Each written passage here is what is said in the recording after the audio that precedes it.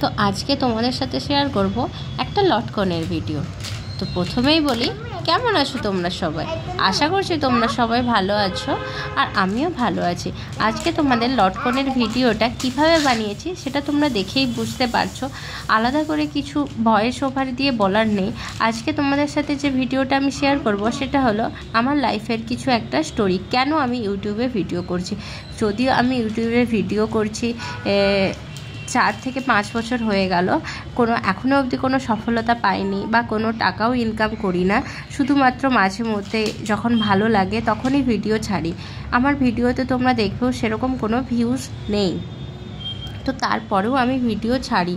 তো আমার খুব ভালো লাগে যখন অন্যদেরকে আমি দেখি যে ইউটিউবে এত এত কমেন্টস আসে, ভালো খারাপ যেটাই হোক না কেন। তো আমারও খুব ইচ্ছে যেত যে আমিও ওইভাবে কমেন্ট পড়ব, যে আমারও এরকম ভিডিওতে এত এত কমেন্টস আসবে, অনেক মানুষ চিনবে, যেরকমটা সবারই ইচ্ছে হয় আমারও এরকম ইচ্ছে।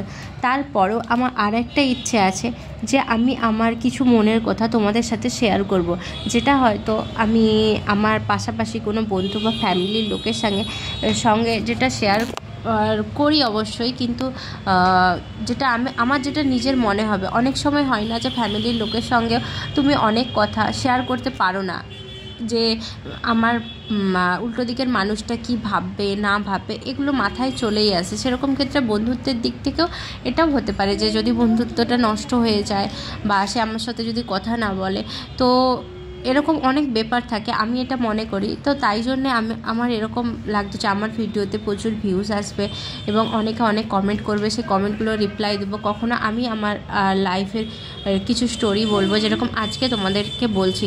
জানি না এই ভিডিওটাতে কীরকম ভিউজ আসবে কি না, তো আজকে ছোট্ট করে শেয়ার করে রাখলাম। যেদিন হয়তো কোনো দিন যদি সফলতা পায়, অনেক মানুষ যদি আমার ভিডিওটা দেখে, সেদিন আরও অনেক গল্প তোমাদের সঙ্গে করতে চাই।